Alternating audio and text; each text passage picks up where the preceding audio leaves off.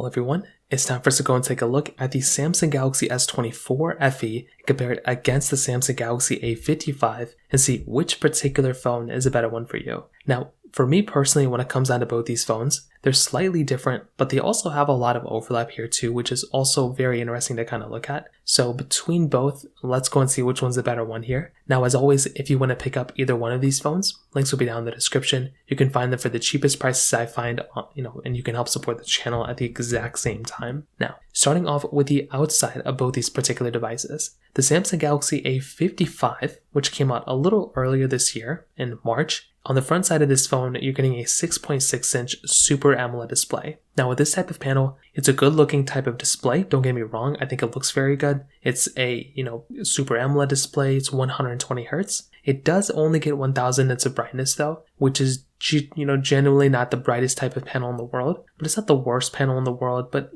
definitely if you're comparing it to other devices, this thing really isn't that great, compared to other types of panels. Whereas on something like the Samsung Galaxy S24 FE, this is a substantially better display. So for starters, it's a 6.7-inch dynamic AMOLED display. So because, the S24 FE is a little bit more of an expensive device, you're going to be getting more expensive parts. And that is kind of what's happening here. So with something like the Galaxy S24 FE, it's a bigger size panel just by ever so slightly. It's a 1900 nits of brightness, which is way better to have. I love having that type of panel. And that is another really big advantage. And on top of that, it's still 120 Hz, it's brighter. So that definitely, I would say on the S24 FE is the overall pretty much better looking panel. I also think there's a little bit less bezel on the S24 FE compared to the Galaxy A55 when it kind of comes down to it from that side as well. Now they're both giving you pretty much like the standard, flat side on the side, which I think is great. Aluminum framing, which is really nice to have. USB Type-C ports on the bottom, which is always nice to have as well. On the back side, you're getting the standard glass back. So this is always something very nice to have. I love having standard glass backs, and that is exactly what's going on with this type of panel as well. So if you're going to go through and pick up a phone, this type of panel does look really nice, or both these phones feel very, very nice in the hand.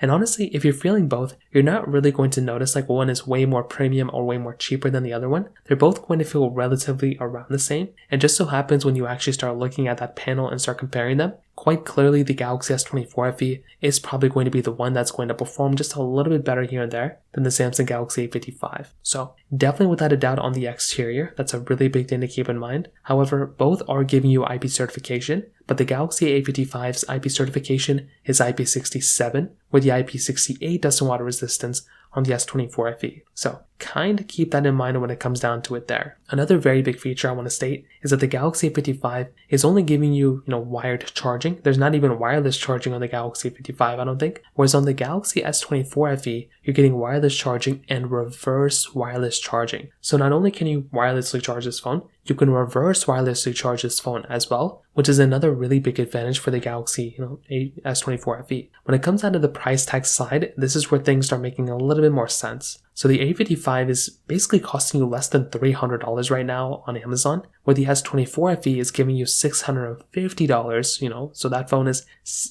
basically twice the price of the A55. Is it twice the amount of phone? In some cases it might be, but that is a pretty big difference here from a price tag standpoint. So that is kind of one area you're going to have to kind of keep that in mind here for. So from that side, that's another very large thing to keep in mind there too. Now when it comes down to the camera side of things, both these phones are giving you triple camera setups. Basically, that's what they say on paper, but they are very different. The Galaxy A55 is giving you a wide ultra-wide and macro lens, where the Galaxy S24 FE is giving you a wide telephoto and ultra-wide camera. So an actual triple camera setup on the S24 FE, the A55 isn't really giving you the actual type of lens, but it's still good, but it's not as good as something like the S24 FE. Now, both are giving you 4K at 30 on the back and 4K at 30 on the front, but the Galaxy S24 FE is giving you 8K capability on the back and 4K at 60 on the front. So the A55 is basically tapped out at 4K at 30 on the front and the back, which I would say is a pretty big downside. Having that big of a difference there and just having that type of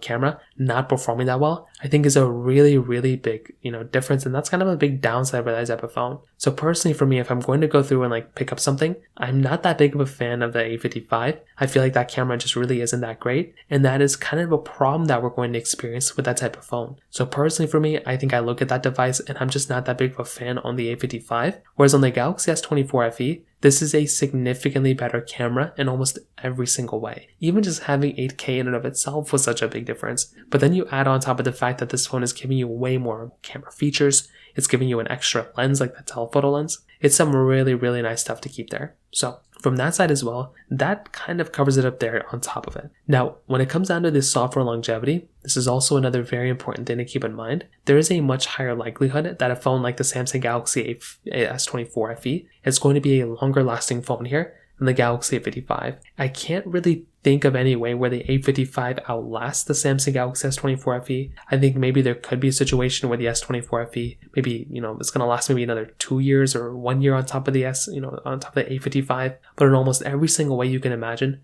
the A55 is probably not going to last as long as the S24 FE from a software standpoint. However, it kind of flips when we're talking about battery. With the S24 FE, this phone is giving you a 4700 mAh battery inside of it. With the Galaxy A55, is giving you a 5000 mAh battery inside. So this is without a doubt a very big difference inside of it as well. Like having that type of, difference in battery where the A55 is bigger is actually a very, very surprising thing. So personally for me, I look at that and that is kind of an interesting thing kind of going on for that type of device. Now, on top of that, I would say another very big thing to keep in mind here too is the fact that with something like the Samsung Galaxy A55, this phone internally from a performance side is giving you that Exynos 1480 chipset with 6 or 8 or 12 gigabytes of RAM. It really just depends on which model you get. The S24 FE is giving you the Exynos 2400E chipset with 8 gigabytes of RAM. So what I probably will tell you in this particular situation is that if you're looking at both these devices, almost in every single way you can imagine, I would probably say that with a device like the,